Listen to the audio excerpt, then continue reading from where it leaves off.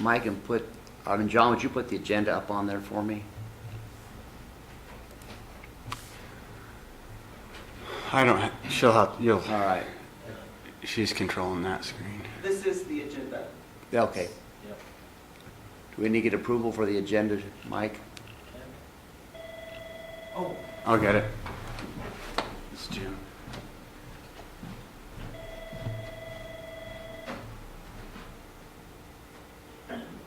Hello, this is John.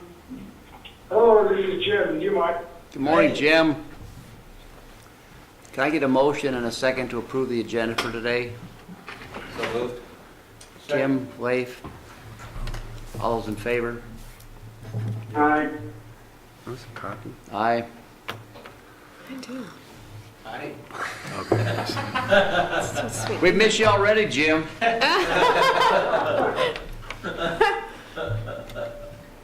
All right, Perfect. I'd like people to go ahead and look at the minutes from March 23rd.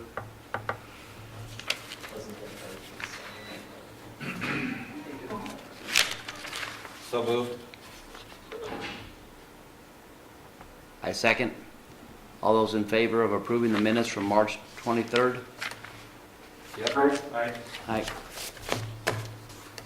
Good. Next agenda item is the draft of the master plan. And I'm going to turn that over to, Okay, I'll introduce it since John went somewhere. now we're moving fast. Yeah, yep. So yeah, we're moving further along in this process. So Jen has put together a rough draft of the Parks Master Plan that will be part of the overall comprehensive plan. And so we'll talk through basically how it looks so far and see general thoughts for improvement and other things that need to be tweaked. So with that, I'll turn it over to Jen. Thanks, Mike. Good morning, everybody. So as he said, this is a rough draft.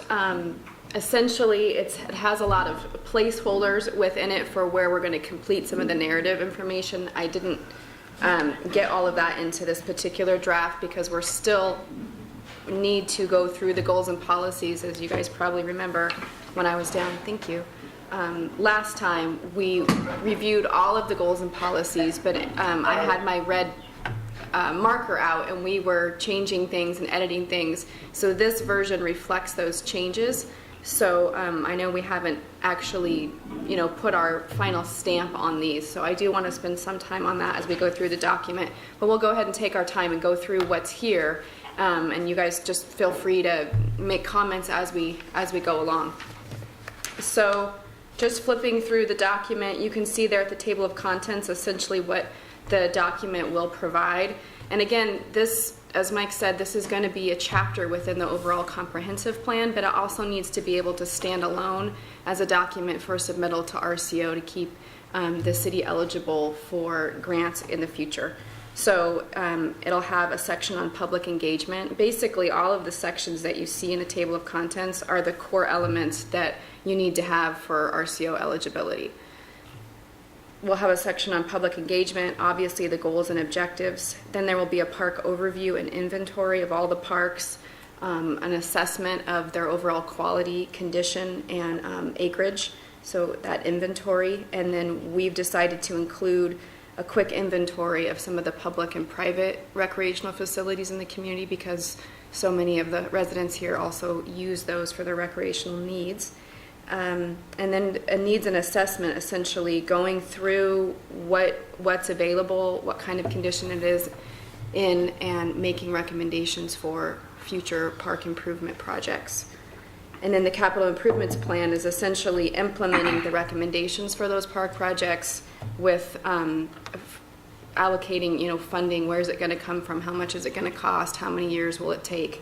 That kind of thing. That's another required element.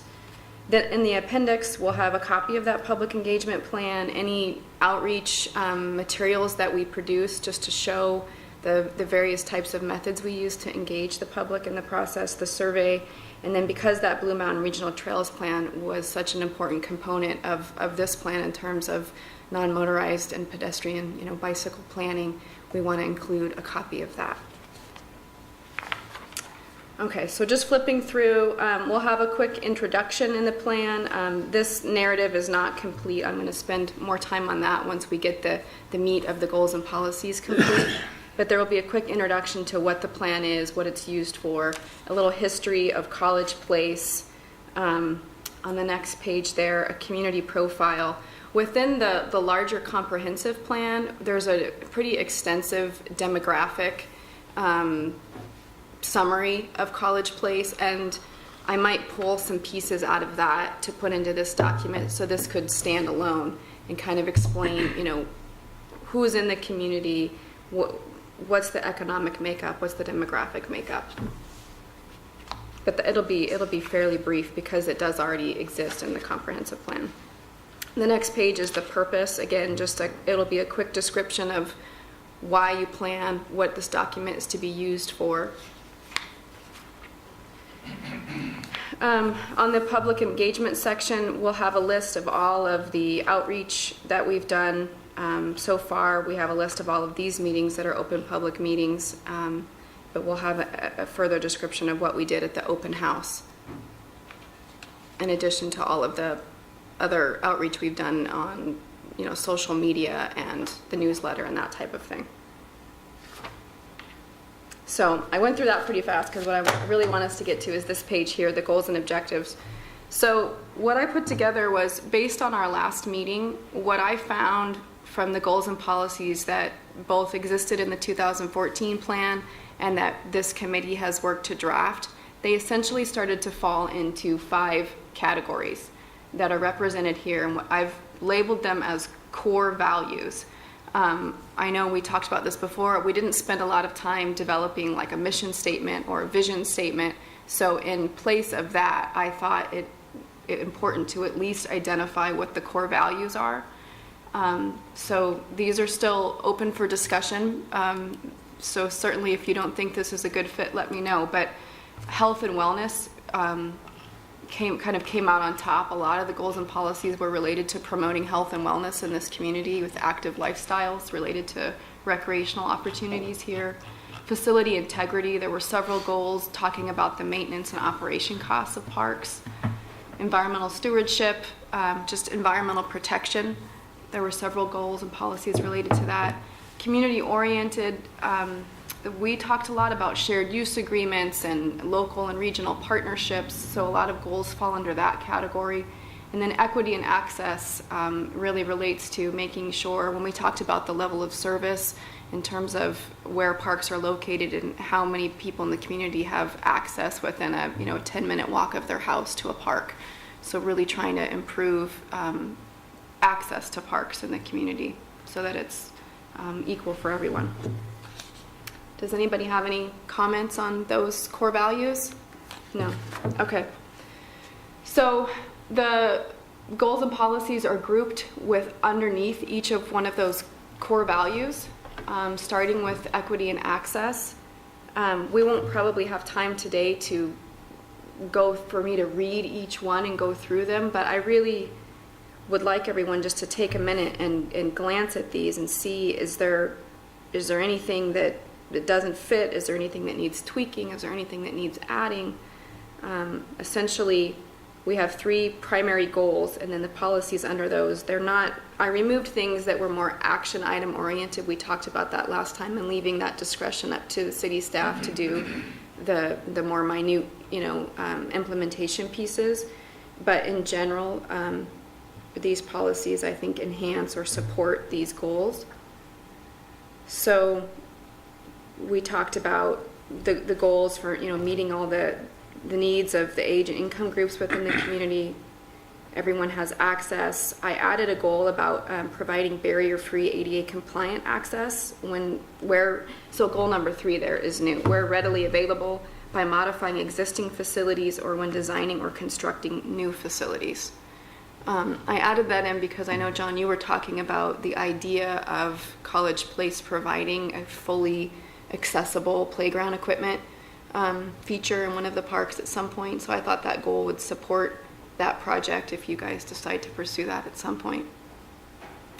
Does everyone feel comfortable with that goal? I think you're going to need it for funding. Mm-hmm. Yeah. I mean, for the most part, it's a requirement nowadays anyway. You probably couldn't design a new feature without ensuring it's ADA compliant. So, but just to put that up front and center, I think really makes a statement about what the priorities of the community are. So policy 7 is talking about trying to acquire parkland on the west side of town, like we talked about after looking at the level of service map. That really seems to be the area where accessibility is lacking at the moment. So in lieu of reading all of these, does anybody see anything that they want changed, or they doesn't sound right, or needs tweaking? Do we feel like we've hit the nail on the head pretty well here in terms of these goals and policies? I think in terms of us as a board, it's what role, this is what I find myself when I look at these, what role are we in? So we're an advisory, so it really needs to be, does it work for the city, and where the city is going, the council, and then what do we think about that? That's why I try to keep myself in. I try to not put myself in the city council's role, or John's role, or your role, but what's my role? My role is advisory to that. So, you know, really it kind of comes back to then, does it, to those policies, if you will, I don't like the word policies, but it is what it is, fit, you know, John, what you guys are trying to do, and Mike, long term. Does that make sense? Yeah. Mm-hmm. So I'm trying to Yeah. keep myself in a proper context to Yeah. what am I supposed to do here? I think that's some of the guidance that John and Mike provide for you, being staff, working directly with council and knowing where council is wanting us to go. Some of the things that they present to you are guided by those thoughts. So I guess there's a lot here to the point, should we read through all these, I think, or is there something specific that the city would like us to look at, or or you ask them, hey, boy, is there something glaring that's not there? I guess put me in a box of some sort, a little more than, here's a bunch of words and multiple pages. Yeah. And I think we did that last time, so. Yeah, we did. And so that's essentially why we're going through it a little bit faster today, because these policies reflect what we looked at the last meeting. So anything that, you wanted crossed out or reworded or updated, it's reflected here. So for the most part, you've agreed to these. We've spent the time going through them. But I always like to give another opportunity to fine-tune things a little bit more if wanted. So Jim's forgotten more than I'll ever know about it, so I would, Be careful, you can still hear that. Well, I appreciate that you pulled the action items out and used the broader stroke. I think the passive language fits what we're trying to accomplish, and then John and Michael can do the action steps and the council where they can. So you're going in the Okay. right direction from my perspective. okay, great. Does Jim have the availability to look at this? Jim's not there. Is Jim still there? Now we can really talk about it. Jim. He might be muted too. Yeah, I mean, he may have muted his own phone. right. When I've been traveling and listening on. Oh, There yeah. he is. I'm here. All right. Oh, I was just on mute. Are you on board docs? Yeah, I'm somewhere in the, 40 miles south of, or east of South Denver. No, not board docs. But are you on board docs? So the answer is no. You should rename it. I'm bored, but not on board. All right. We just needed to know whether you had the ability to look at what we're looking at. So we know now that you're driving and hopefully not reading at the same time. Actually, I'm not driving. My wife is, but I'll try to pull up board docs and read it off my phone while you're talking. Okay. Thank you. Continue, Jen. Yeah. Okay, so if you want to scroll down, we'll go on to community-oriented goals. So this relates to goals, just ensuring that public participation continues in the community, that public engagement is a large piece of ensuring that the planning is representing the community's needs. Goal 3 is newly worded, so Well, as hold on, no. Is there, number 2, do you want to just really have College Place School District? I thought we talked about that all of them were valuable. Yeah. that's true, that's updated in the policies, but I didn't update it in that goal. Let me do that. Should be all- Yeah. If you like the way I've worded it. Which one are you talking about? Number CO2, goal CO2. Yeah, I'll update that. If you look at the way I've worded policy 1, Excuse me. Hey, Jim, can you mute yourself again unless you have something to say? Because this is going to be terrible to listen to later on.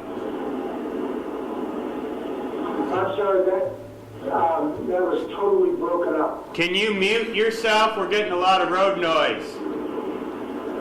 Yeah, I'll mute it again. Okay, thanks. yeah, that would be hard to listen to the recording with that.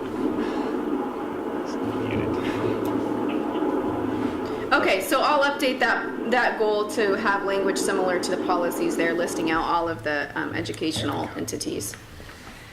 Goal 3 is new based on some of the conversation we had last time. Again, kind of in lieu of having a vision or mission statement, we've talked a lot about this community and what is the identity of College Place and what does it mean to the residents here, and community-oriented, family-friendly, and sense of place. Those have come out a lot of our discussions, and so I went ahead and put that, basically the promotion of those things within one of the goals. Otherwise, the policies read the same as the last meeting with the addition of all of the educational entities being listed. Can you give me examples, given our conversation yesterday, Mike? Yeah. How are you going to promote recycling at the parks? Well, that recycling at the parks right now, what Harvey is trying to do is working with Association of Washington Cities to figure out some sort of secondary mode of maybe doing recycling. Because just to bring everyone up to speed on that, because I don't think that's ever discussed with this body, we basically curtailed recycling service right now because we received a notification from the company who actually handles the raw goods over on the west side, which Basin Disposal sells it to, that they no longer had the capacity because of the whole China requirement, and they were actually diverting the recyclable material and then running it back from Seattle over to that Roosevelt garbage dump over by Goldendale, and they were just dumping all the recyclable material in Goldendale. So we made the call, as painful as it was, to curtail it because people are already paying for the full services. They have unlimited collection, so they shouldn't be zapped twice. But we are working with AWC to try to figure out a way to bring it back somehow because a lot of people are in that boat right now. But we definitely don't want to just have no recycling. It was more so of an honesty issue that we felt. So. So it still belongs there. Yeah, I think it does still belong there because it isn't like we think recycling is bad. It's just that we don't want to be dishonest with residents. So, is the mayor envisioning that we'll have a recycling location at our parks? No. What we're basically doing right now is he's just having the conversation with Association of Washington Cities and then other people that handle the raw materials on if there can be some sort of program that works for rural areas. As far as placement and things like that, we haven't matured that conversation that far along because keep in mind we only wrapped up the recycling program a couple of weeks ago.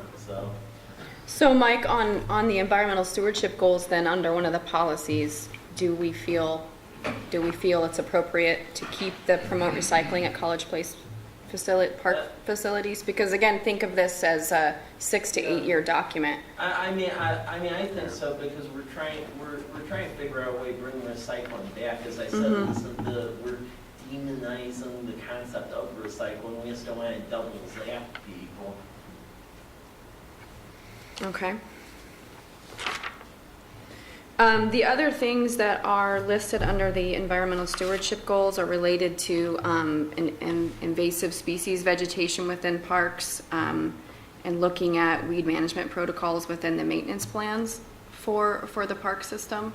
And policy 4 is new. We talked about using environmentally friendly material in the design and development of parks. That was part of our discussion at the last meeting.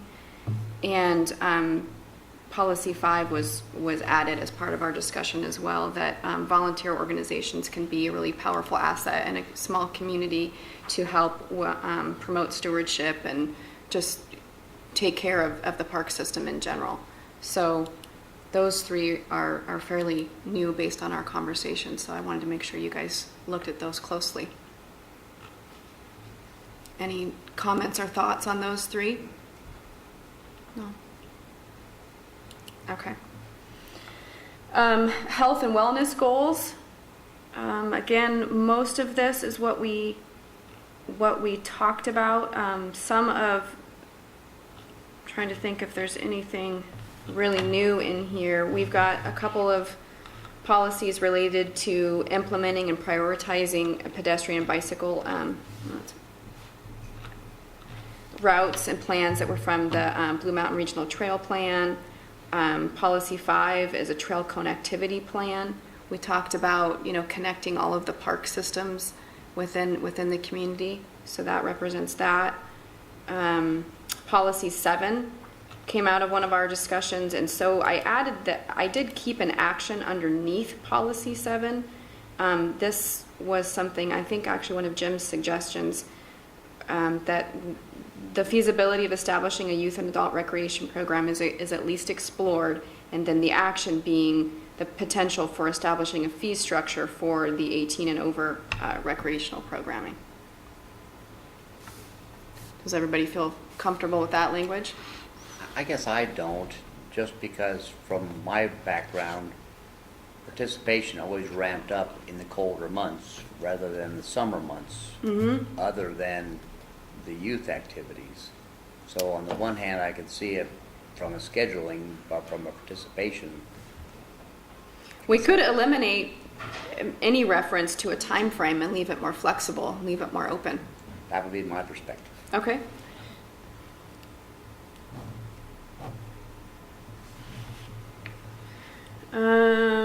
Policy 9 is new. It reflects the idea of that large sports complex to host local and regional events. The idea of a place for tournaments and that kind of thing. So that's policy 9.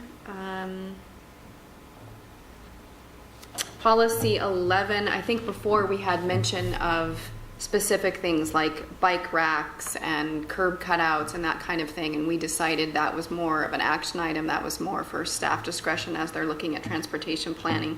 So the policy now is simply stating that there is to support the health and wellness of the community, that bicycle-oriented infrastructure is something to consider when designing transportation systems in the community. Okay, let me think. Facility integrity goals, if there's anything new there. So, I don't know if this is a good time to say it. So, just looking at the goal F1, and then you cross-reference that with the rating of park amenities or whatever you want to call it. How do you rate those? Because it says here maintain vibrant park amenities, right? And then I go, the one that's easy is then you guys rated later your park facilities. So let's take playground. Who says that it's a good playground, a fair playground, and is good equal vibrant? Making a connection between those two pieces. You don't have to answer it right now. It's just I'm making a connection between those two pieces of the document. Yeah, that's a good point. I'll just bring it up, and then I'll get to it later, I suppose. That's a good point. In terms of the ratings later in the document, good, fair, poor, there's a little description of what qualifies as good. You know, that it's new, it's deemed adequate to meet the needs, it's considered safe, it's ADA compliant. So there is some description there so that folks know how was that rating and criteria selected. Policy F6 is new. This came out of our discussion that this entity should at some point, maybe quarterly, I didn't put a time period in there, but just periodically meet with the city's Economic Development Commission to make sure that the goals and policies of these two groups are in alignment. F5 is also new. Develop a maintenance plan for every park and facility. So that could really help further the implementation of this document. As you'll see later, there's maintenance issues or management issues and priorities for each of the parks, and having a separate document that's used to implement each of those may be helpful. I realize it's more work, but not necessarily a lot, because it could just really be pulled out of here with all those action items by staff then added. Okay, so moving on to page 12 is the park overview and inventory. So this essentially is a list of what's available in terms of park and recreation in the community. So we have, I didn't list Veterans Park based on our conversations before. I know technically that might still be part of the park system, but for the purposes of this document going forward, I left it out. I think the survey results pertaining to that concept just speak for themselves, which is that no one's heard of, they thought that was a little ludicrous, that was considered a park, so. Yeah. Yes, I feel more comfortable with that nomenclature being in effect, which we'll get to a little bit later in our agenda, but that other park facility is going to be developed out of the homestead. Okay, and yet I didn't know, because that's in the works. We know that's happening, knowing that this document goes forward 6 to 8 years if we want to include that in the inventory. I think we do include the homestead part. I think that would be appropriate. Okay. So was there a decision made or change? Is there a change with what was happening in regard to the homestead thing? I know that we were looking or talking about it, but did it actually happen? Did it come to pass? Well, it hasn't really come to pass. In fact, we're going to talk about that later on. Today. Yeah. Okay. Do we need to make a recommendation to remove Veterans Park from this body? I think this body did that. No, Did we? We talked about it. We Okay. did not make a motion or Okay. an action. So when we get to that discussion item later, it's mainly, here's the land, we'll be talking about basically, here's the land mass. Are you okay with it? Is there other stuff that we should come down on with the developer? Although our ability there is limited, because unfortunately when the hearing examiner ran the decision, it wasn't as thorough maybe as would have liked. And then beyond that, about moving the name nomenclature out there, and that's Okay. going to be an action item. I would expect maybe even the next meeting. Okay, okay. Do you know what the acreage is going to be for that Okay. park? It's just under 2 acres. I can- 2 acres? Okay. Blake, what are your thoughts on that? On On that waiting until next month? I'm fine with that. Okay. I mean, what would there be any reason to make it more urgent, or? I don't think so. I mean, it's Yeah. like whatever is the right time. Yep. What I would want to know is, if we're removing it from being managed as a park, then what does it become? Does it just fall back to the city's maintenance lot, or, I mean, what is it? I mean, what I think it becomes is it becomes additional property for basically administration, police, and fire, because as the city is growing, I guarantee you there's going to be a need to tweak our police and fire functions, and that can be used to expand the lot for police if we end up eventually having a remodel and rebuild the police department over there, things can be reoriented to better fit our functions.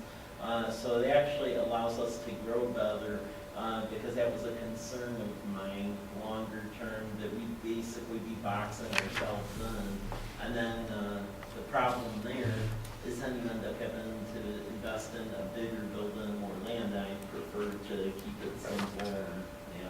Well, it doesn't become surplus like No. what we did with the other property over here. No, Squat. yeah, no. Okay, what happened with that property? So what, as far as what happened with that property, we're still sitting on it. The main reason is that the zoning for that said piece of property was public reserve, and when you sell property as public reserve, that dramatically diminishes the value of it. So since we're doing the comprehensive plan update, as part of that update, John is writing a whole bunch of zoning changes for little pieces all over town, and that's one of them, to convert it to the zoning that's adjacent to it, which isn't that R60 or 70, which? It's R60. Yeah, so, because if we did it as a standalone thing, we'd have to have enough additional public hearings, additional notice, and this way we're able to group everything into the same hearing and so forth when we're doing the zoning tweaks to begin with. So this summer that's gonna happen, and as soon as that goes to R60, then we'll put up for sale, because that is gonna restore the value to it, and then we'll get the money to be used for investment in parks. Okay, yeah, I was curious what would happen with Yeah. the money. And- It was coming back to the Parks Department. It or what? is, because if you recall in the Parks Code that was passed, it's actually in the code, where it says the assets are being sold or whatever, that had connection to Park and Recs, per that code, it's mandated to stay invested. So with this other piece of property, taking it out of the Parks Department Yeah, and giving it to other departments in the city yeah, doesn't benefit the Parks Department at all, yeah. other than save some maintenance costs, perhaps someone else takes care of it, still the city. Yeah, but I think one could say with that, the benefit to the Parks Department, if you're looking at everything as its own budgetary line item, is the fact that now that falls into like police and fire and admin in essence, to mow it, do the weeding and stuff like that, so there is a change in value there. When I went past it last, it wasn't.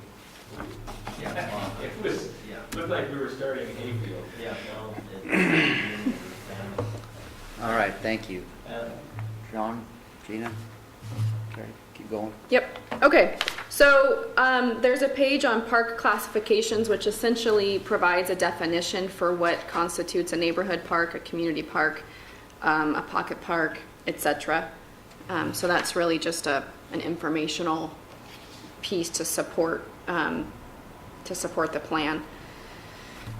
Then we get into the criteria that you were talking about before. This was something used in the Colfax Park Plan, and I know, Mike, you really liked this feature. And essentially, what this provides in terms of a visual tool is each park, as we get into the inventory, there's a table. Then really quickly, at one glance, you can look down and get a sense of kind of the condition and quality of the park. So, as you were asking about, the ranking of poor is essentially saying something is in need of immediate attention, there's something broken, it's not safe.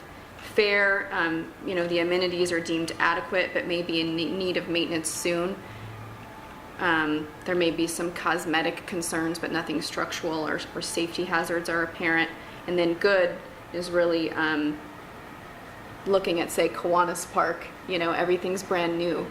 Everything's shiny and new and up to safety standards and all of that. So if this language doesn't work, if we don't think good, what I wanted to use was the word excellent, but the Colfax plan had good, and so I thought, well, we'll stick with that, but we can tweak this language. well, I mean, one thing that I feel I could add to that is the reason why excellent wasn't used in Colfax is because a lot of those parks were frankly very old and we didn't have a mechanism to properly maintain them because of budget issues.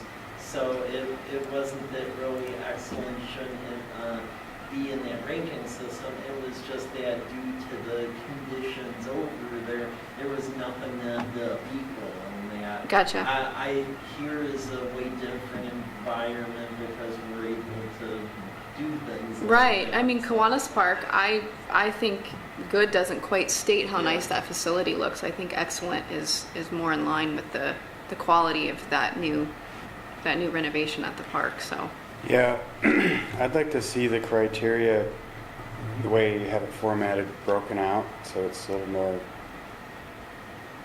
reader-friendly. I question the fare regarding the playground equipment in Kiwanis Park, because if you change the ranking, if you had an excellent category, and I would put the playground equipment in good category, because this was based on my memory too. Okay. Right? So you guys know this stuff better than I do. So as we go through these, please let me know if I didn't get that. I was thinking of some of the playground equipment. When I was thinking of Kiwanis too, there's the Davis Elementary equipment as well. which would be excellent, but Which would also be excellent. the Kiwanis Park playground equipment used to be Davis Elementary equipment, and they gave it to the city, and it was fairly new when it was replaced. So are you thinking of a 4-point scale then? Well, no, I think the 3-point scales. I kind of like the idea of we have excellent. So drop fair, and go poor, good, excellent. Yeah, the fair to me. I mean, I'd rather see a good replace the fair. It's more positive language too. Okay, yeah, I can break this out so you can clearly see the definition for the three categories. Okay. So now we're getting into some stuff I'd like us to put our attention on. So for each park will have its classification, its location, its acreage, and a brief description of what the park, kind of some of its history, its background, and what it offers.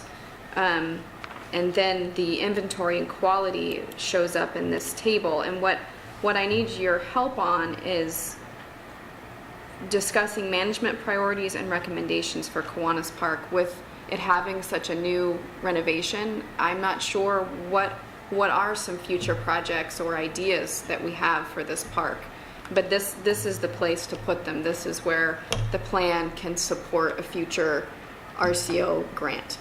So I wanted us to just spend a little brainstorming time. Are there some management issues that didn't get completed in this last renovation that we could list here? And are there further visions for this facility that we can document? Yeah. Question for Michael. At Kiwanis Park, Michael, did all the requirements, ADA requirements with the restroom get addressed? Is that Yeah, finalized now? Yes. yes. I'm sorry? Yes. Yes. Okay. Thank you.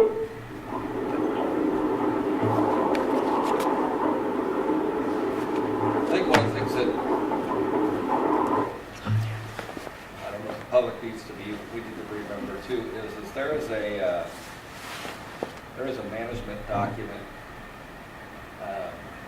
behind that with the school district, and it's the only one that exists.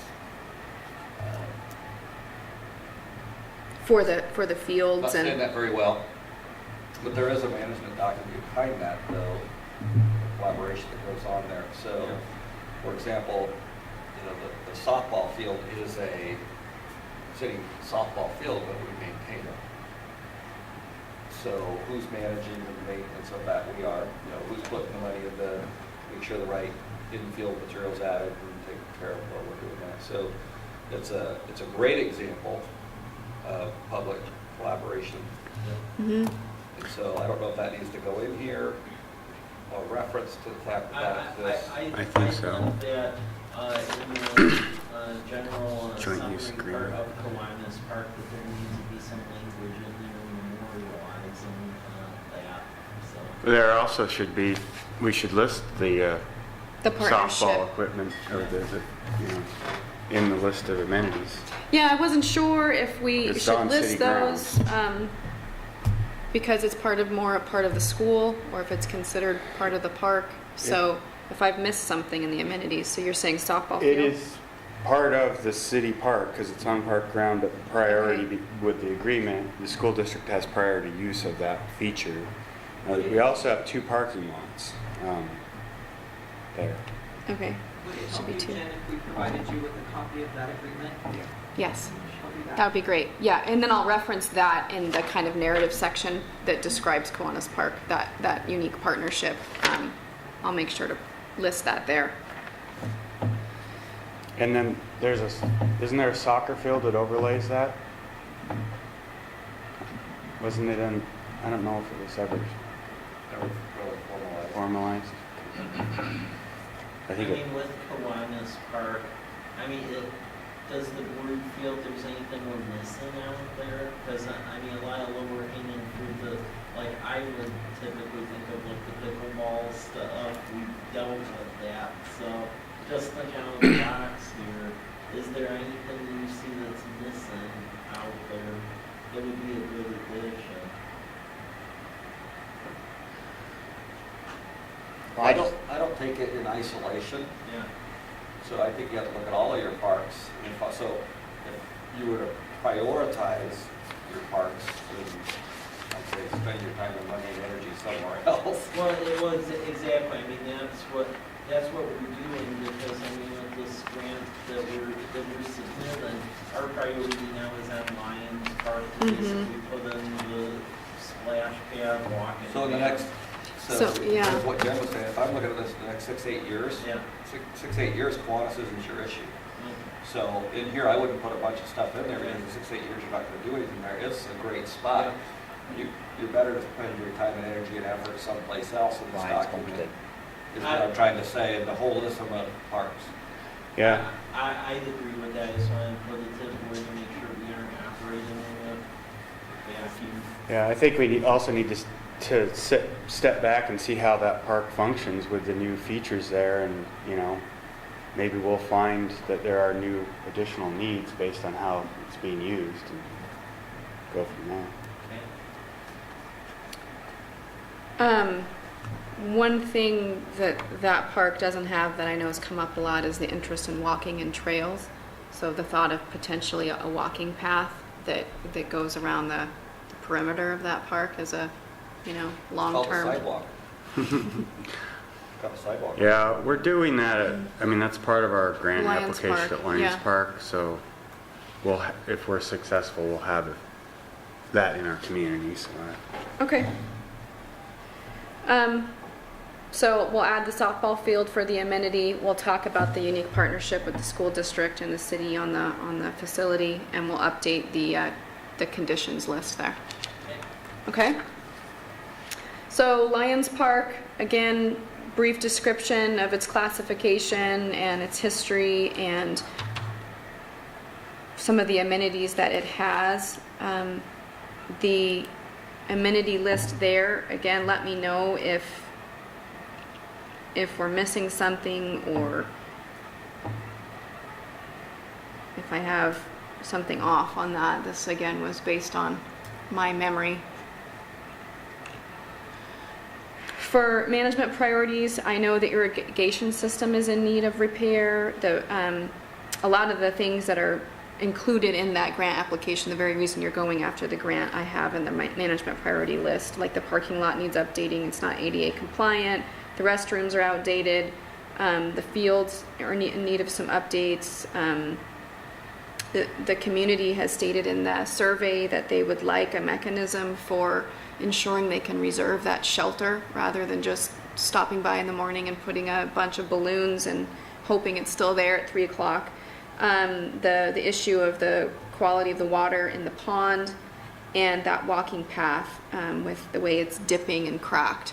So have I missed anything in terms of management priorities?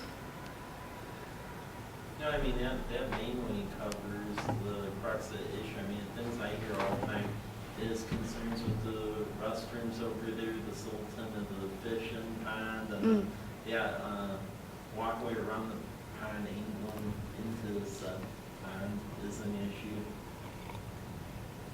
Anything with like vegetation, like control or management along the creek or anything like that? I mean, I think one thing that could be mentioned is they were out there this past weekend is at the Lions Club.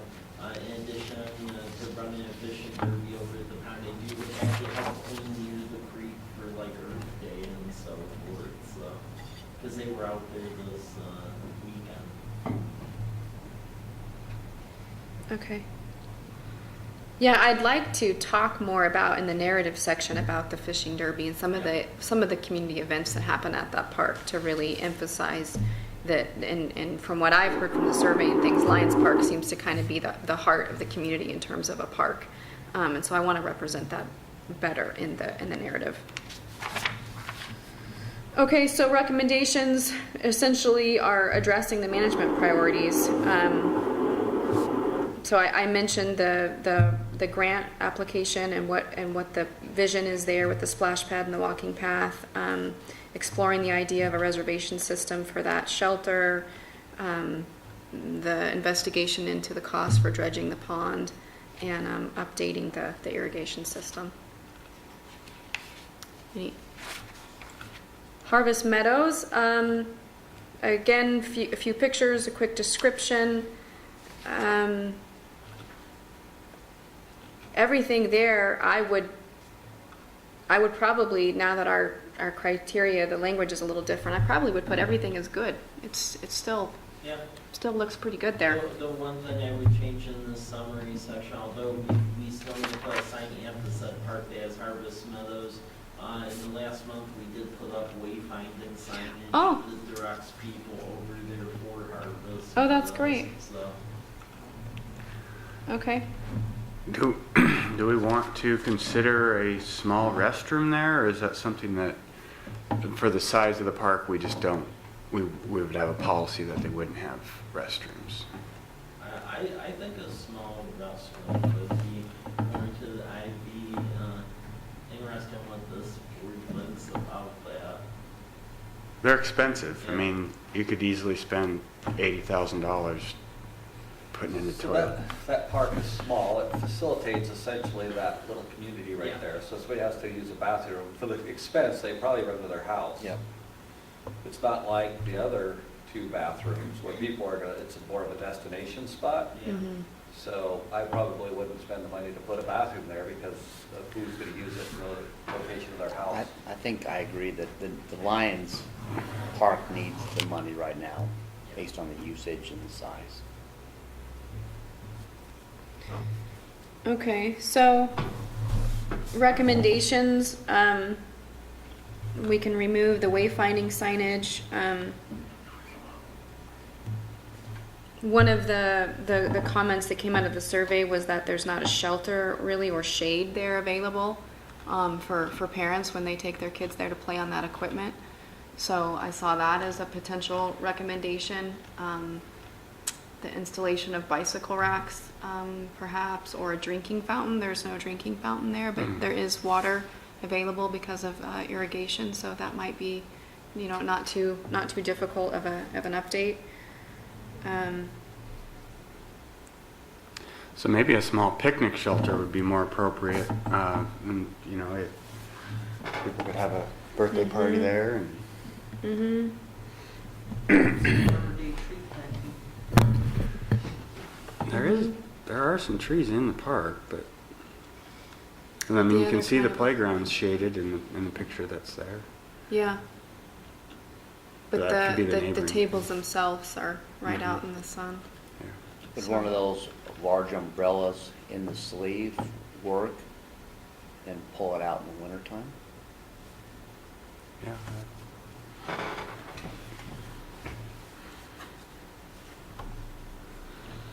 Okay. Anything else stand out about Harvest Meadows in terms of priorities, maintenance, or recommendations for future vision of that park? No? Okay. The next page is about the trail system. I still need to really work on the full narrative to describe that more, but essentially, what I'd like to add, I talk about the adoption of the Blue Mountain Regional Trail Plan here, but what I would like to add is actually pull the prioritized projects that were specific to College Place out of that and really highlight them in here. And I'd love to talk about the line bike program in here. And then what I want this entity to do. Are there any other management priorities beyond the regional trail plan, looking out 6 to 8 years that we want to list here? I have, that there are gaps in the trail network that we want to identify and work to close. We talked about creating a connectivity plan for the community to make sure that all of the recreational facilities are connected and that the local network is connected to the regional network. So I think we could incorporate the mapping that was done in the Blue Mountain Region Trail Plan, because there is a map of College Place and showing how we're connecting with Walla Walla and the county trails. Okay. So put that map in the plan. yeah, I would put it in there. Okay. Anything else that comes to mind? So, I'll add too, I know one of the policies is to prioritize bicycle and pedestrian infrastructure and transportation planning. So I'll mention that again in one of the recommendations here, just so that those things are consistent. But essentially, I think that the bulk of this will be the priorities identified in the Blue Mountain Regional Trail Plan. For the next section, I'd like to include a table with all of Walla Walla parks, just because this community is so close to Walla Walla that a lot of residents here also use those. So it's nice to just, when you're conducting an inventory, to list all of the things that are regionally available. And I'd like to do more of a table as well with the acreage of some of the public and private recreational facilities. So your public and private piece needs work. You list the public but not the private. So if your heading's going to be public and private, then you're going to want to list both there? Yeah, so far I just have the Rogers Adventist School, and I have a placeholder for Walla Walla University on here, but I don't really know yet. First paragraph. Mm-hmm. So your first paragraph only lists the public schools. And so if you're going to list them, then you need to list the private The names of the schools as well private in that schools there. paragraph. Yeah, okay. And then that paragraph's not accurate. There's only one public school, 2 campuses. Okay. So there's not 2 public schools within the community. There's 1 public school, 2 campuses. Okay. The other thing I would suggest is under that blue heading there, College Place Hawks High School and Sacred Middle School. Mm-hmm. You're gonna probably want to take out the word Hawks there, unless you're going to insert the mascot for all the rest. So you need to choose there. So you have it in one spot, not the rest, just for consistency purposes. Okay. I would suggest probably taking it out, just Yeah. stick with the name. Yeah, I agree. Okay. Unless you want this document to address everybody's mascot and tell them. Not right or wrong, just pick. Just, yeah, be consistent one way or another. Okay.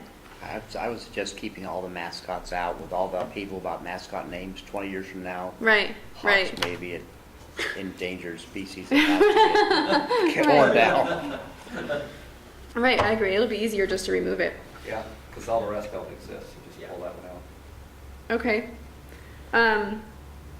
So I'll need help getting the list of amenities that exist in terms of recreation for Walla Walla University to flesh that out more.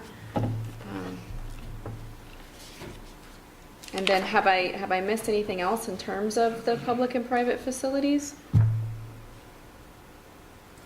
I'm just looking at the map here.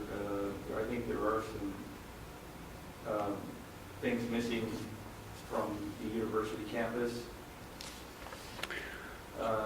In fact, I was going to mention, I don't know how many of you have been past it, but they're in the process of Walla Walla University of tearing up their old track and installing a brand new walking path and expanding their soccer field.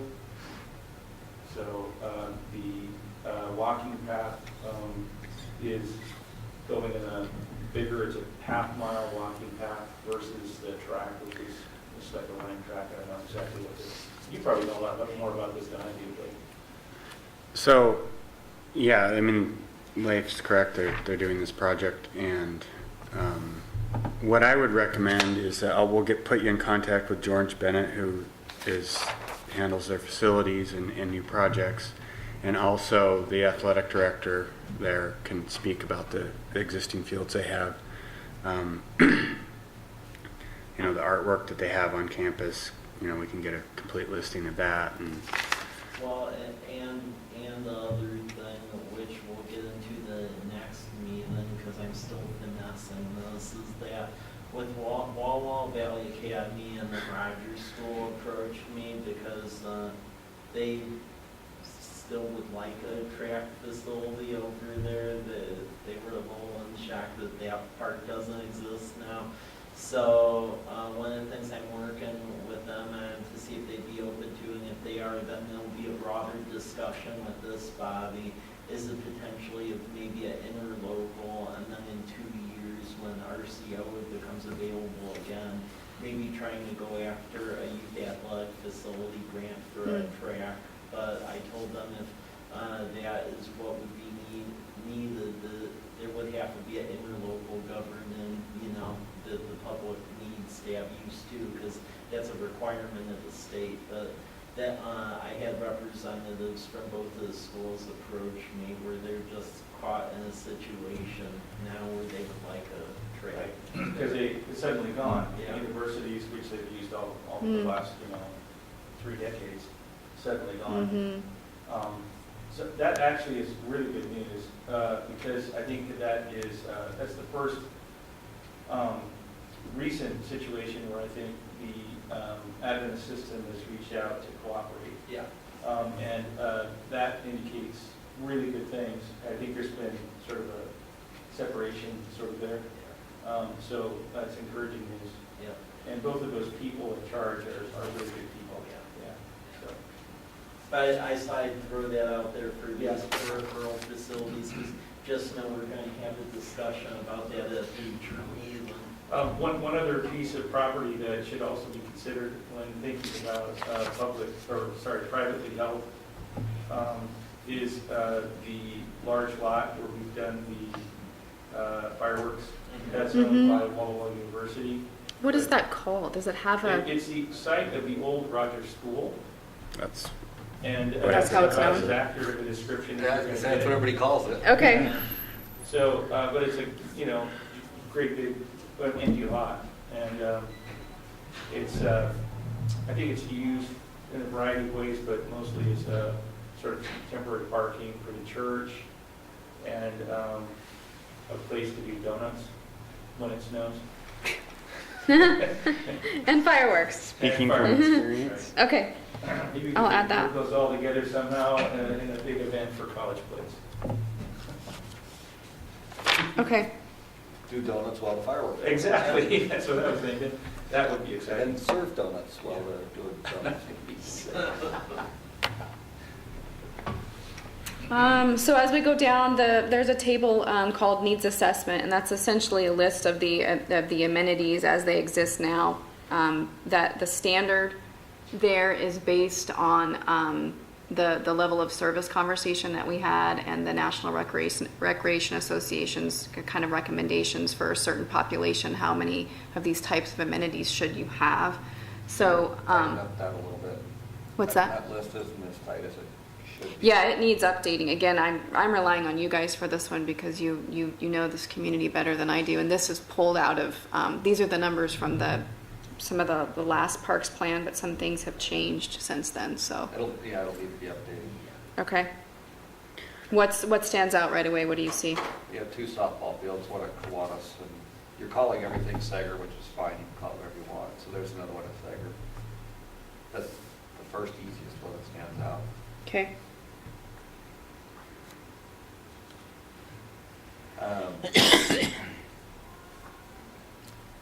Are you, so basketball, for example, you're saying there's basketball exists at Sager. Are you talking about the quantity that exists at that spot? Mm-hmm. So, for example, at the Sager site, there's actually 2 different basketball sites at that one location. Does that make sense? So like one full court, one half court kind of thing? No, there's 2 full court systems there. That's what I mean. Do you want to list it like that? I'm not saying right or wrong, I'm just, how specific? Counting by the number of courts is what I was thinking. At the Sager site, there are 2. Okay, so this should be full-court changed to basketball 4. Systems there, for example. Again, I don't know how tight or how specific you want to be there. And we're also talking about outside facilities. That is outside. Yeah, Mhm. right, but as opposed to inside, Mhm. there are other basketball courts that are inside. Correct.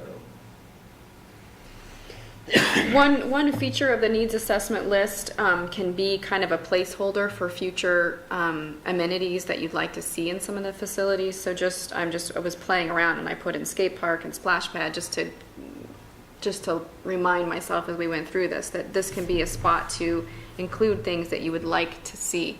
So I don't know about skate park, but I know splash pad is something that you have listed in the Lions Park grant application. So is there anything that we want to put here? Because this will support the RCO grant application to. I would suggest adding in pickleball as well, because the trend is pickleball will be bigger than tennis need-wise. And is there a way on the last column, surplus deficit, to run the deficit items in red instead of blue? Yes. So when you're looking at the Yes. chart, it stands out as a red flag? Yes, good idea. Your tennis court, if you're to include Walla Walla University, so they have tennis courts as well. 6. 6 of them. Yep. Okay. We don't need any more tennis I courts. guess there's not a No. deficit there, is there? No. Okay. The one thing we might need in hearing, I don't know if I'm being too specific, but like Tim, what you and I have discussed with the whole idea of the whole turf thing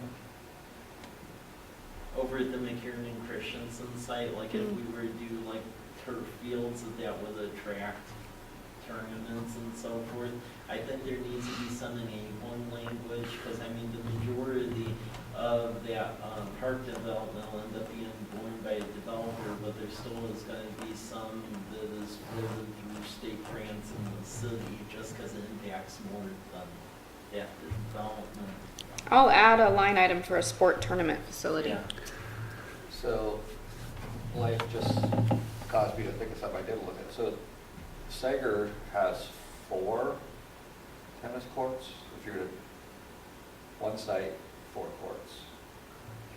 So they have 4, the university has 6, so we're at 10. Yeah, is it 4? Is that what it is? Yeah. And they actually get used. I mean, this is not something that is ignored. Mm-hmm. I mean, I live right in front of the 6 tennis courts. So Okay. I see everything that happens over there. And it's used, the university teaches on it, and there's quite a bit of activity on the weekends. And so do the Sager courts. Yeah. So it's not like they're sitting around unused. They Great. get used. That's a good example of strategically located, because people on this side of town use those, and people that are over there use those, and they actually do get used. And they're appropriately located at that. So. One of the things I was going to mention is there is another baseball field in that old Rogers School, this open area where the fireworks are done.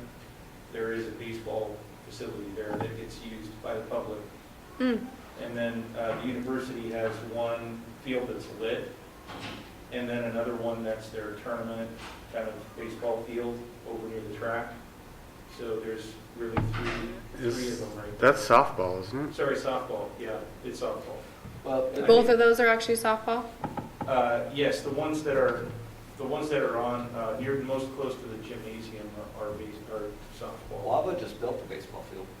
Did they? Oh yeah, that's right, on the backside. It's not what they would like, but I know Joe Rigolato and folks, they're playing games on something over there. Okay. It would be in the Port Affair place, but Well, Joe they- and his folks did build baseball over there. Yeah, They play soccer back there too. There's some. yeah, quite a bit of space. Yeah, I don't have Leagues soccer fields on here. Yeah.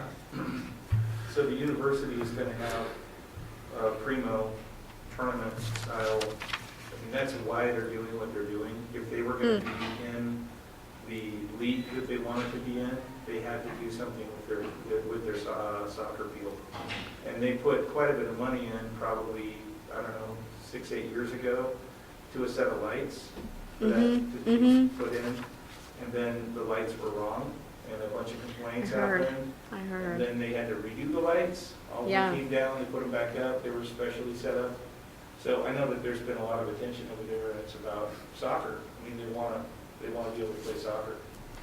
Yeah, so Okay. they are going to have a very nice facility there Yeah. at the end of this project that they're working on now. Okay, so Lions Park and Walla Walla University are the two for soccer to list in the. The other one that gets used the very most that I've seen by people from the community Mhm. are the soccer fields on Rogers School's field. Those get a lot of evening, Weekend. after hours, a lot of activity out there. Is there two or one? I know there's at least 2, if not 3.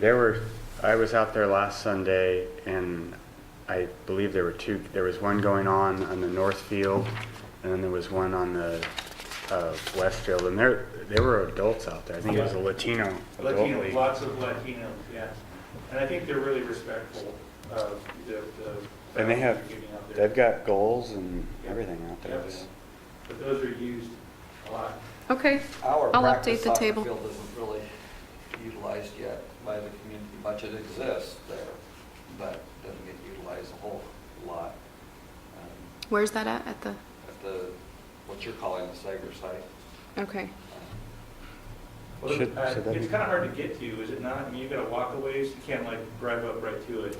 Yeah, the people who end up utilizing it, they just park at Walmart and walk to the gate there. Right. So the best parking lot for that There's Walmart. is Walmart. You know, you don't have the dog park on here. We just don't like our softball field being used for it, but. The one Moving over by on. Walmart. You like that? Yeah, that's good. So the next page just reviews that level of service conversation that we had. So it has the map of where the park facilities are and their kind of 10-minute walk, buffer. And talks about the review of the level of service of 2 acres per 1,000 people, which we've discussed before is a little bit below the National and Recreation Park Association recommendation, but that's because there are so many other public and private facilities that the community uses. And so once you take if you go to the next page, there's a table with the acreage of city-owned park space, and then the private school acreage, the public school acreage, and then a total. So when you factor in all of that,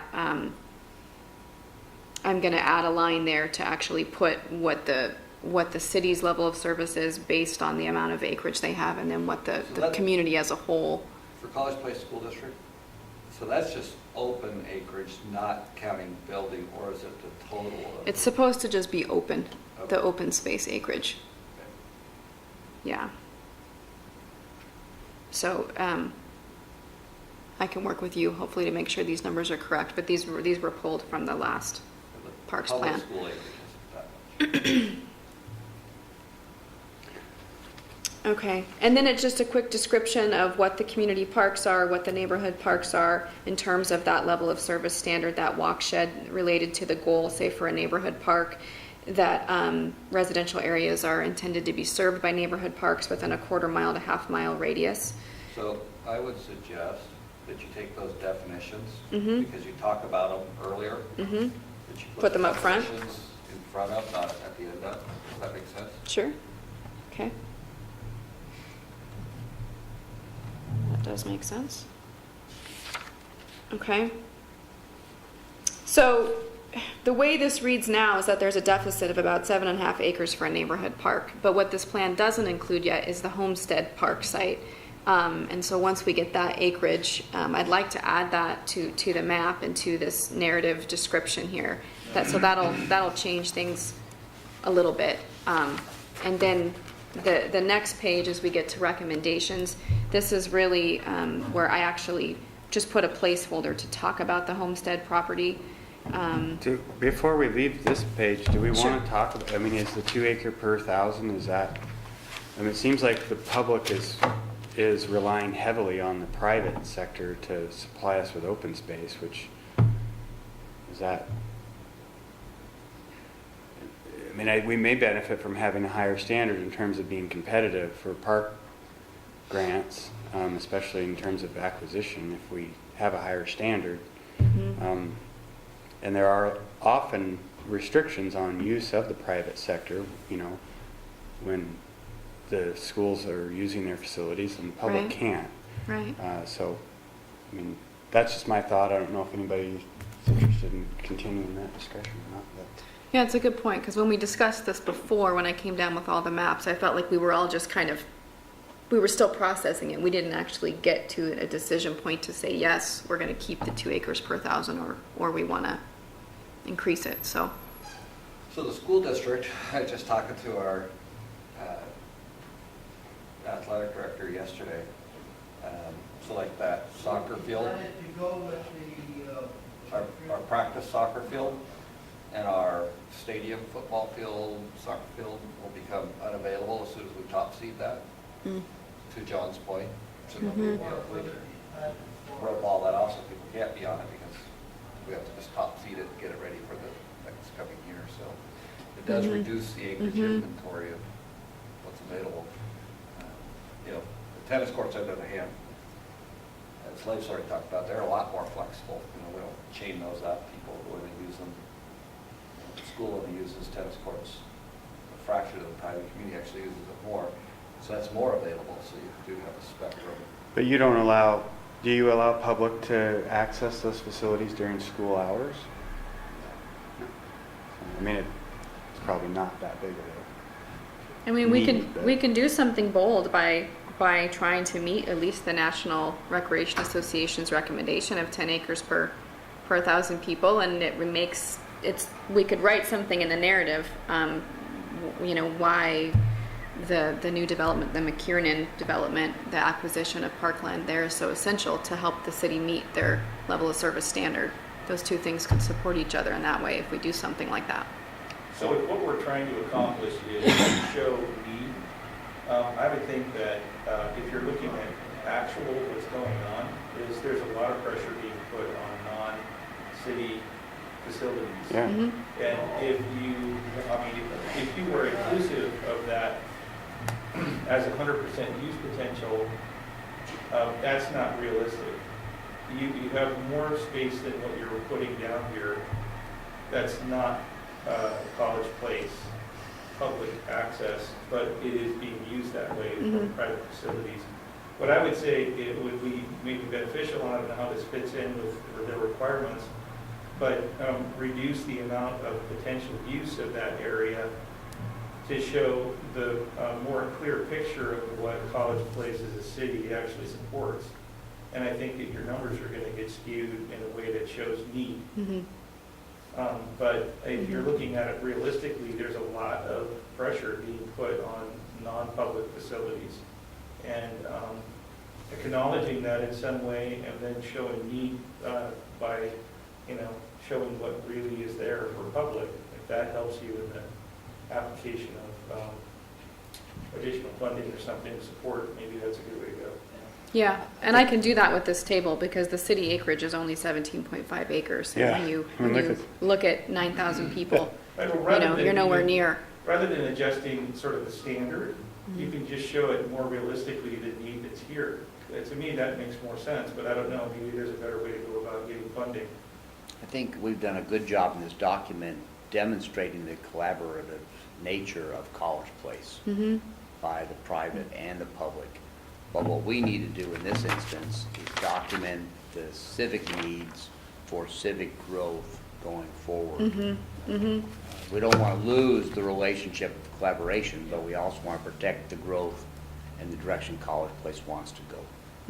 If it were, solely my decision, I think the places where I would try to put money that had to do with parks development would be areas that can't be augmented by current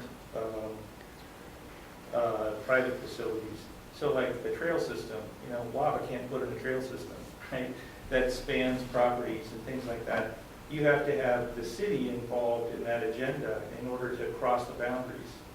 I would look for opportunities like that to make it better for the local population. And then we still have, what we're currently getting with, our private facilities opportunities. But if, that to me seems like the best role for College Place is to look for those opportunities where the needs exist that cross those boundaries. So what I'm hearing is keep the level of service at 2 acres per 1,000, but still in the narrative section, stress the need for further acquisition to provide more. I guess from my perspective, and it's mine alone, that it ought to be higher. I think it should be higher, but that's my staff position. Yeah. And you're gonna have the opportunity with the Christensen McKiernan because of that hillside. You can't build on it. The only thing you can use it for is green space, walking trails. Where is this? The Christensen McKiernan property, Is that, Across the south street of from the high school. Majonner. yeah, okay. That is currently a field of Yep. alfalfa, Mostly. right outside your window. I mean, can we make a recommendation, It's 200 and Michael, some acres, to the so. city council? Is that our role?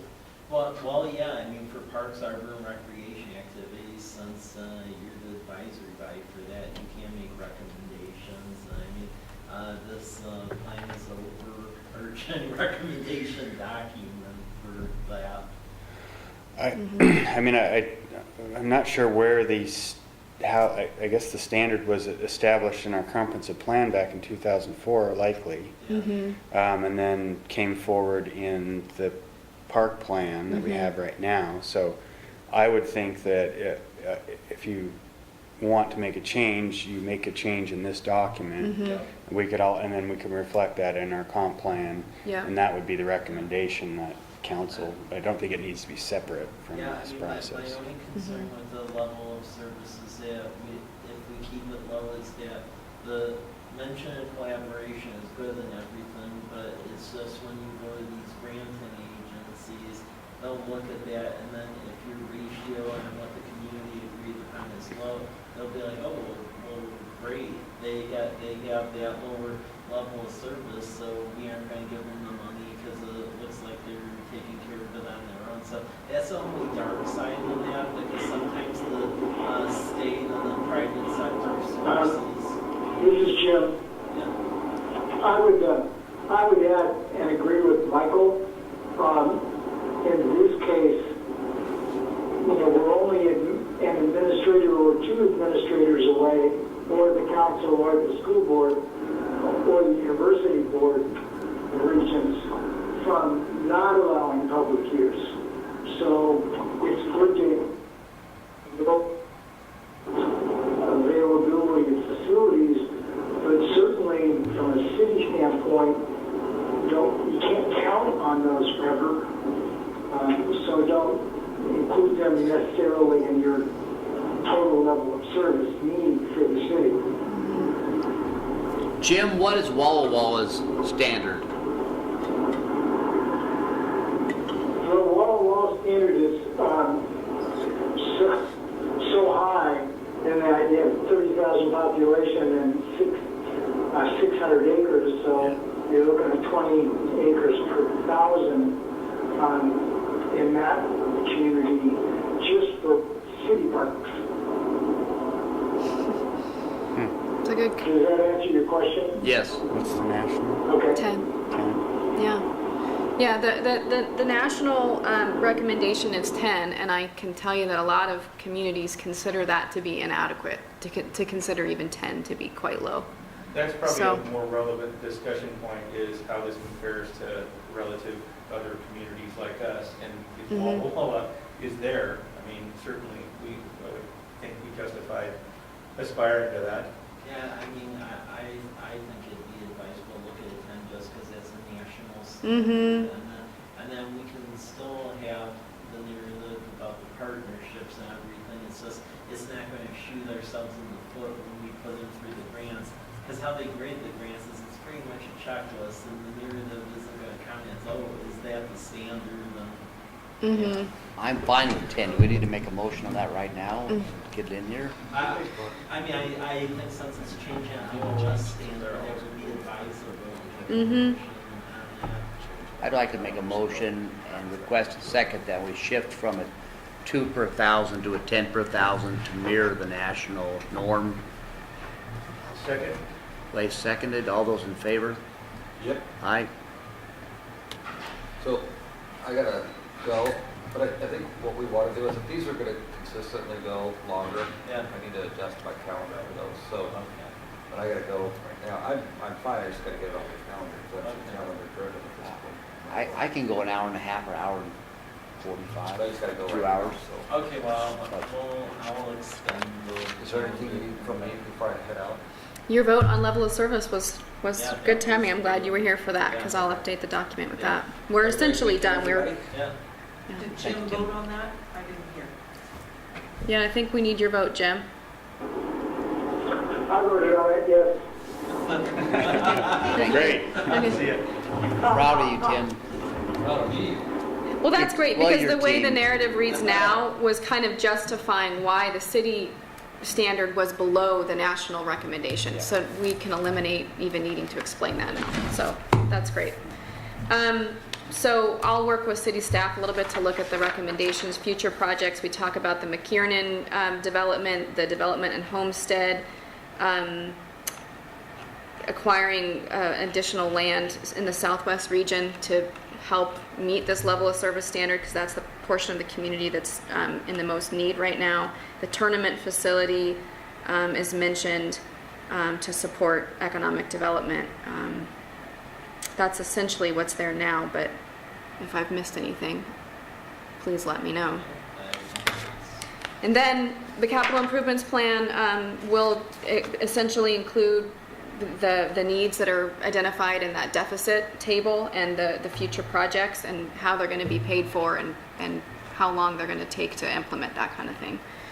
And then the rest is just the appendix, which is our survey and our public outreach, and we'll add the Blue Mountain Regional Trail map. So, anything? When do we have to get the final approval on the document? June, was it?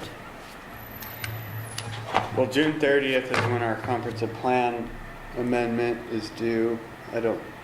This particular, we're current with RCO under our current plan, but This will the be sooner used the for your better. next grant round with RCO. But I know we would like to get this before the council or the planning commission as well. So aligning this with their calendar, do it at the same time, really. okay. Okay. Yeah. So they meet in June. I assume we'll try to get this before them at their June meeting. Yeah. Well, we'll So- see. I think we're running a little behind on the comp plan, but I'd like to meet their deadlines at the state Yeah. because it has implications if we don't. Yeah. Right. Well, I think we do what we can to meet that. Yep. Can So we with set- with this body meeting at the very end of the month, that First would be week of too late June. in June. So I will bring the most complete, as close to final version as possible at our next May meeting I would for, recommend that. right, for approval, and then it'll be ready for the Well, we also have council to and go commission out meeting in for June. public comment Yeah.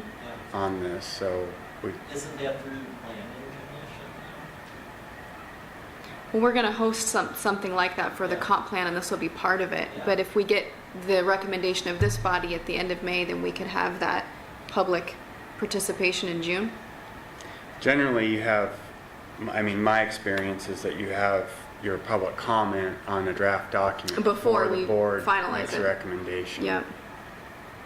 Okay, so maybe we need to look at that for now? May, before this entity looks at it again at the end of May.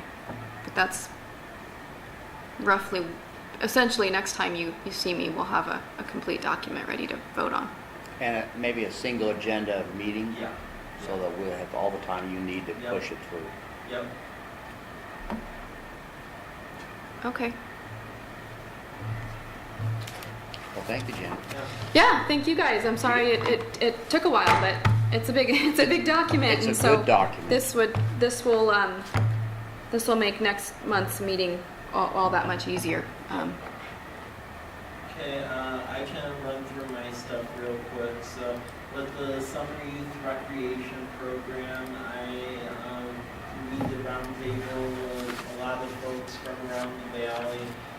United Way offered to partner with us where the city gave about $5,000 to go toward the pilot program. They would fundraise the remainder and try to do a comprehensive program. And talking with them, they're up to around the 21,000 level as far as fundraising on that. So what's happening is we pushed this through council. I sent that email a while back on MOU if everyone was good with it, and we did tweaks where needed. Council voted in the affirmative to authorize this. Immediately the next morning, we met with United Way to dole out the money because people needed to know who they were hiring, when and where. Majority of the funds is going to YMCA because they turned in a very comprehensive program where they'll be running activities for basically about 8 weeks over in Kiwanis Park. But we're still finagling on the final contract on that between United and I expect they'll be done about early next week. We're also, funds are being awarded to YWCA for their Fun Factory program on Fridays. That will be between Kiwanis and Lions Park, as well as the Valley Camp program that Dan Solis puts on. So that's where the funds will be split between. As soon as I get the final information early next week, we're going to make a pamphlet that has the when and where and who is putting on, and then it'll be put on the website and then mailed to all the residents so they know.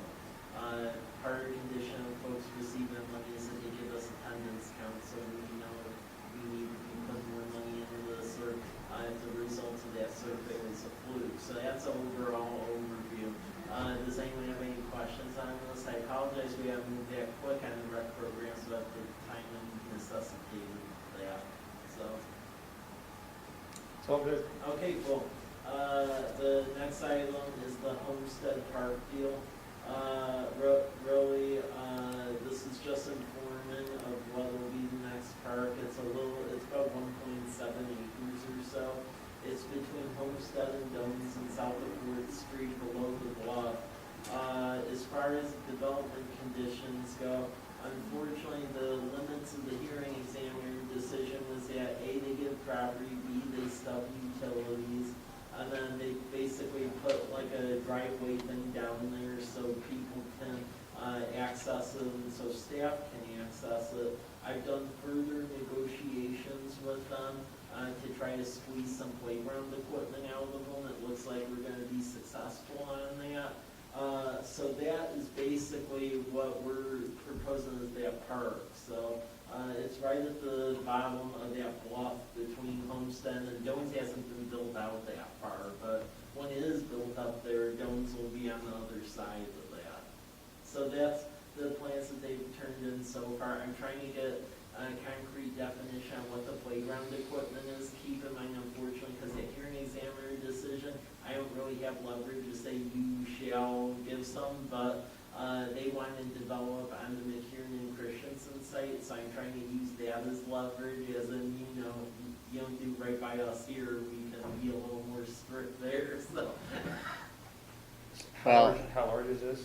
This just looks pretty small. Yeah, it's 1.7 acres. yeah. The conditions of the hearings examiner basically limited it to turf and some fencing. And they verbally agreed to do some playground equipment, basically because when they presented their conceptual PUD for approval, their conceptual had images of play equipment and a park shelter. It's unfortunate that the hearings examiner decision wasn't more specific in what would be included in the park, but so we're trying to leverage that, and also that they want to continue to work in College Place. for the kind of housing density that's going on there, an acre and a half, or acre and a half, did you say? Well, Two- they two also point a half. have, they have a tremendous amount of open space. They have walking trails along Dome Creek. Just a lot of open space that is part of the association. Okay, so that's part of the, that's where it's, through the woods there? Yeah. Yeah. Okay, so that's being added in. Yeah. I mean, there's not real much, I mean, there's not much open space there. You can walk through it, but where's the open space? Where's the open space? Where's the beef? There's also the wetlands that's out there that they have yet to finish their enhancements on. But I don't remember exactly what the ratio is, but they're required to have, I want to say 15% open space, and they have like, I think, around 30 or 40% open space. So Plus this part. they're above the standard. Yes. I think what this speaks to is given the fact that it was underneath our old comprehensive plan, and then it was in a prior time when we had a previous hearing examiner.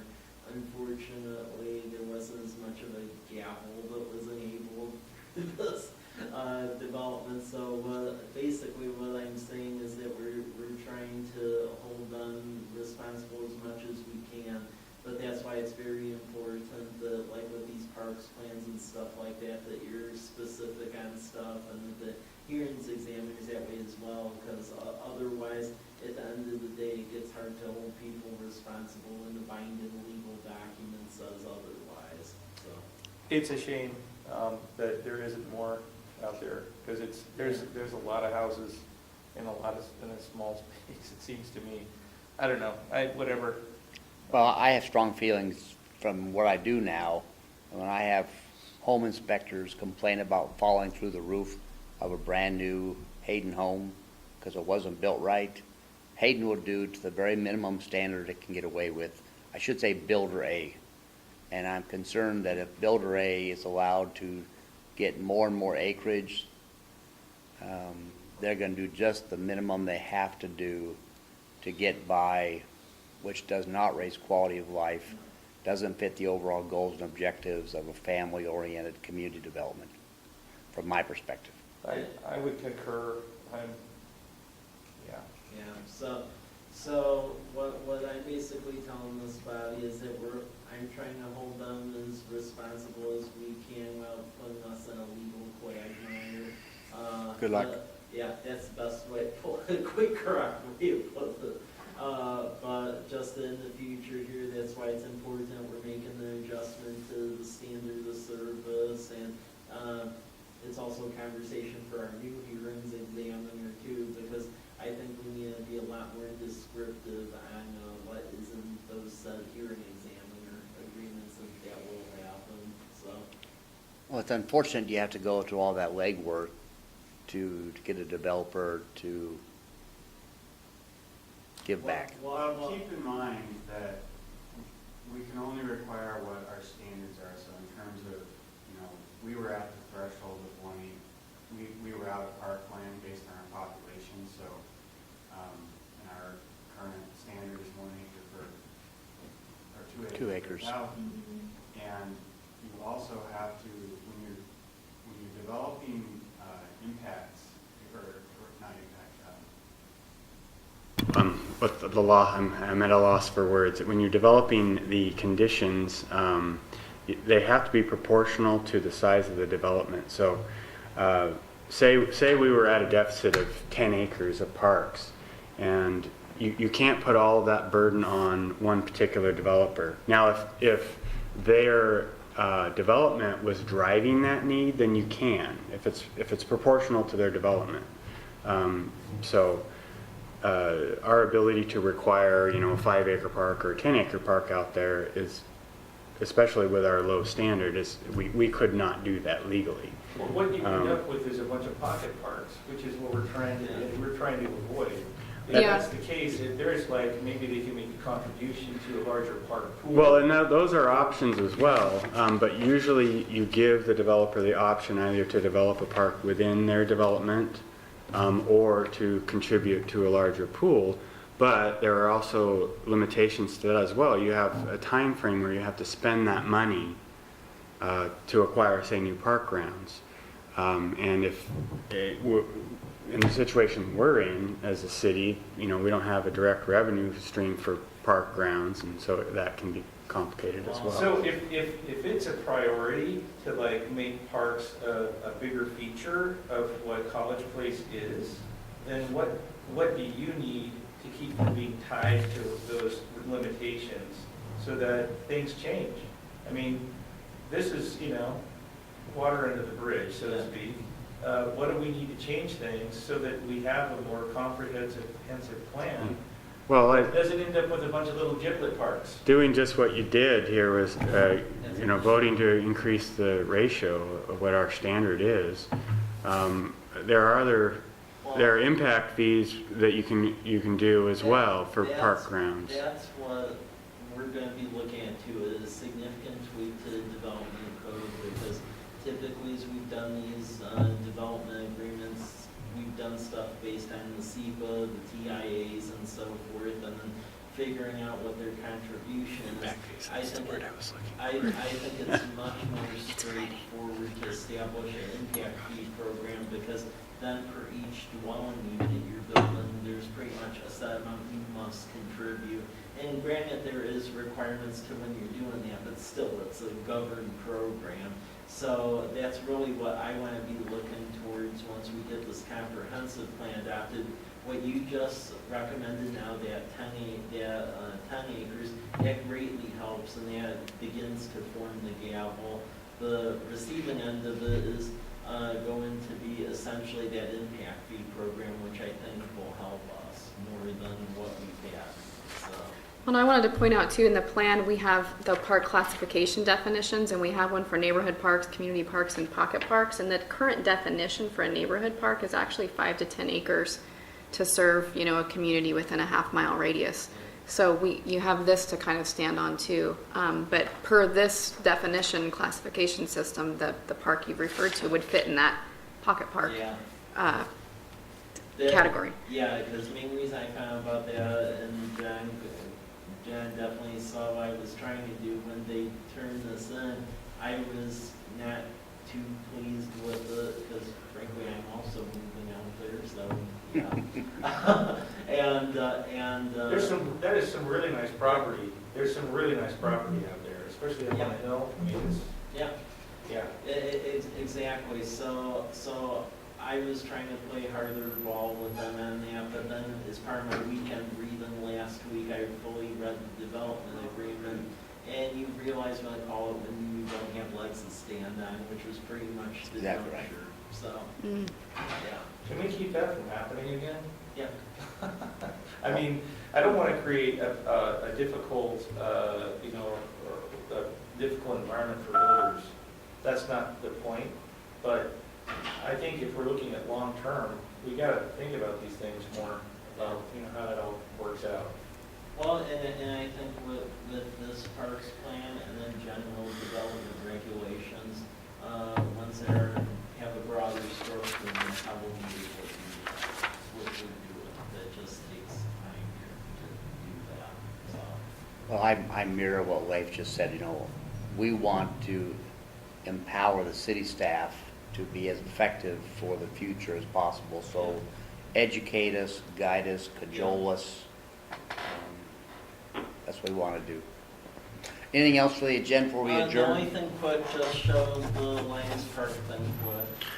Yeah, so we have just a quick update on the grant application that we're making. On last Monday, council authorized staff to apply for a grant to RCO through the WWRP local parks section, and the plan includes, yeah, there you go. Sorry, I don't know why it's misbehaving. So initially when we brought this to you, I think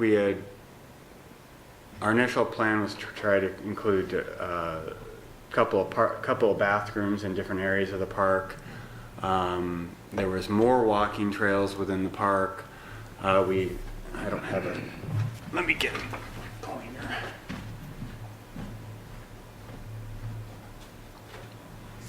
So initially we had walking trail on both sides of the creek. We had to scale back, basically.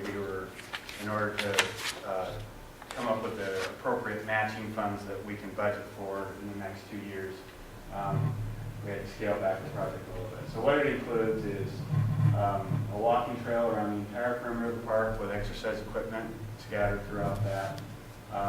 We scaled back the baseball field to just a new backstop and new infield area, eliminating the grandstands and the dugouts, as we don't actually have games there. So we didn't, after talking with our grant manager, we didn't feel that those would be eligible, or we wouldn't be very competitive because we don't have games there, structures.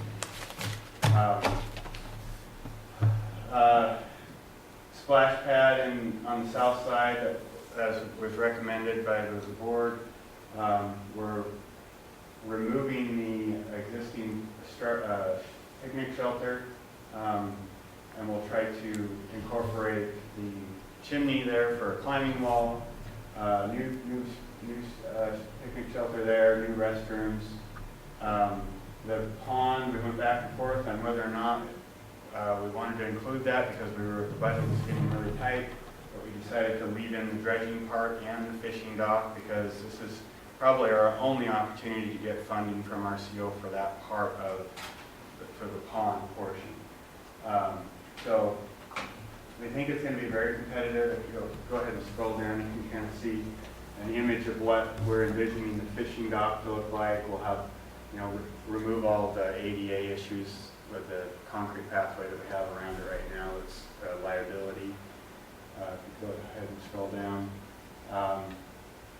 More of a natural play, which is kind of a trend that's going on right now in play equipment.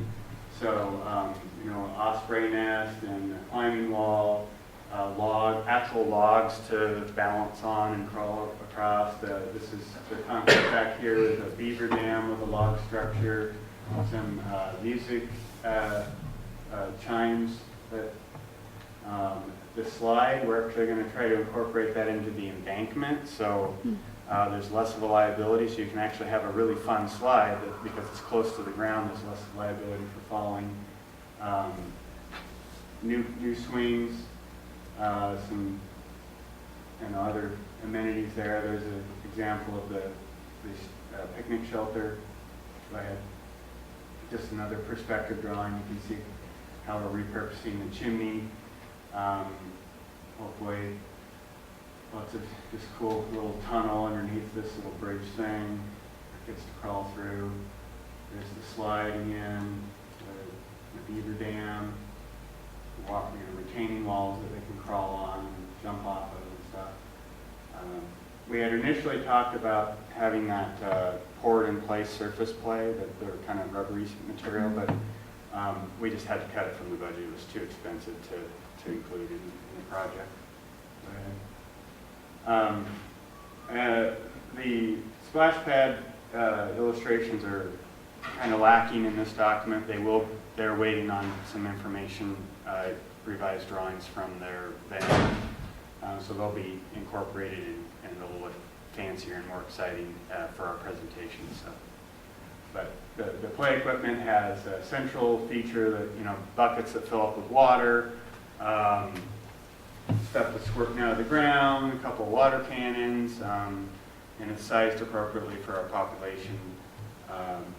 So it'll be a fun facility. We did go with a system that just goes straight to our wastewater. The cost differences are astronomical, and it just did not fit within our budget.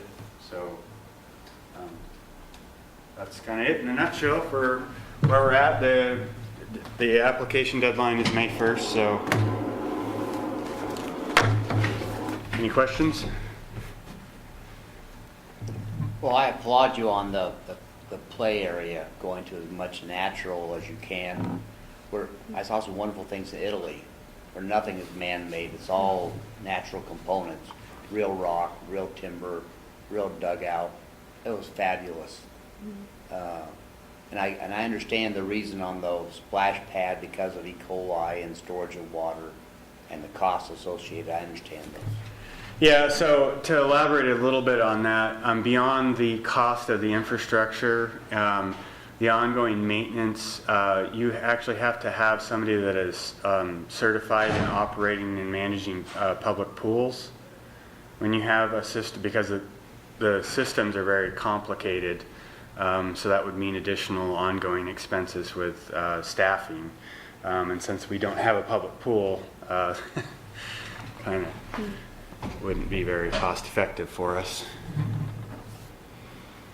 Do you need anything from us on this presentation? No, John? that was more of a FYI. Yeah. Wonderful, wonderful. Yeah.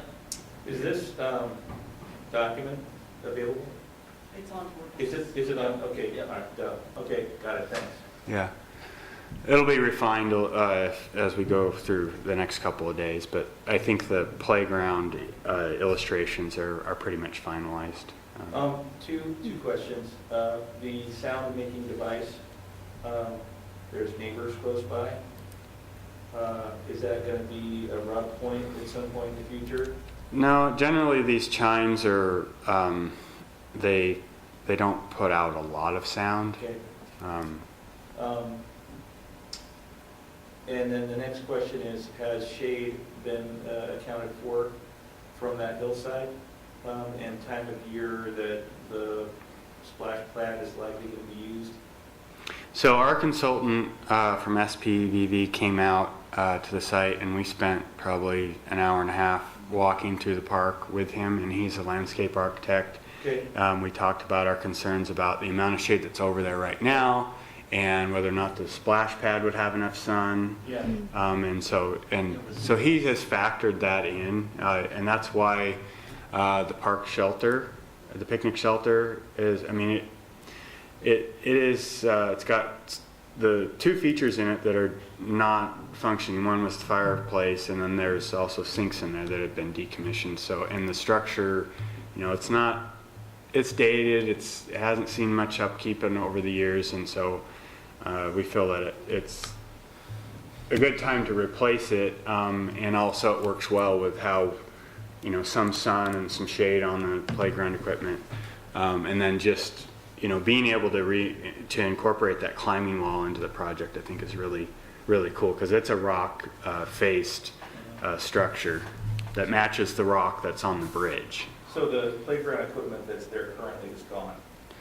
The playground equipment would come out, as would the swings. So one of my concerns is right now you could like have kids over on the playground equipment, or you could have kids over at the picnic structure, or you could have kids out in the, you know, there's sort of like focal points of activity. And right now, all the focal point of activity is sort of in one place.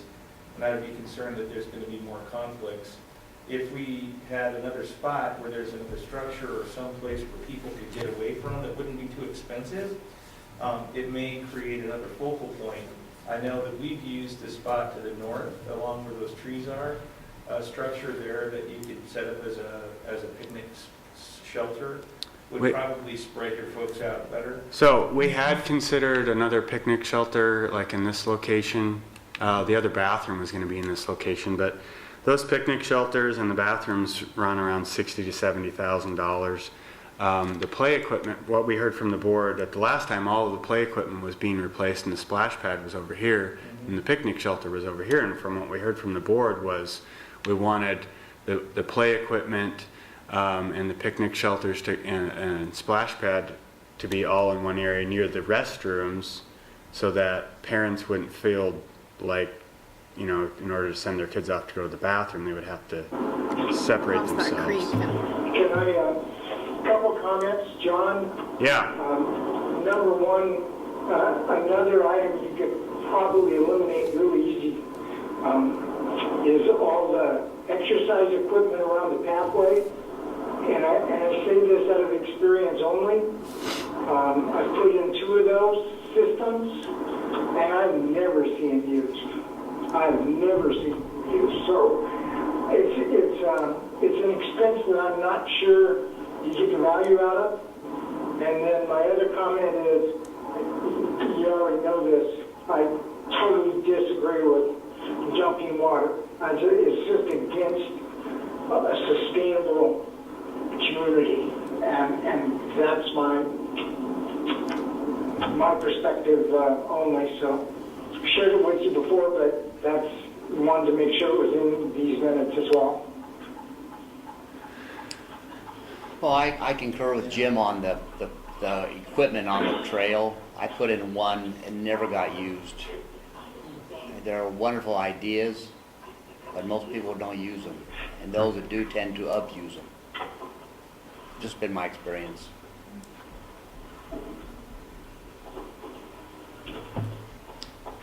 I've never put any in, so I don't know. The council seemed very excited about the idea, and I think this is it's a little over a quarter-mile loop, and it's going to be, I think, 8 feet wide in most places.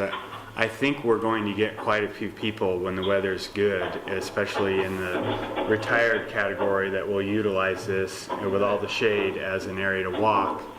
And maybe we won't see the actual expense line item, from what I recall, is around $20,000 or $24,000 for the equipment, and so it's.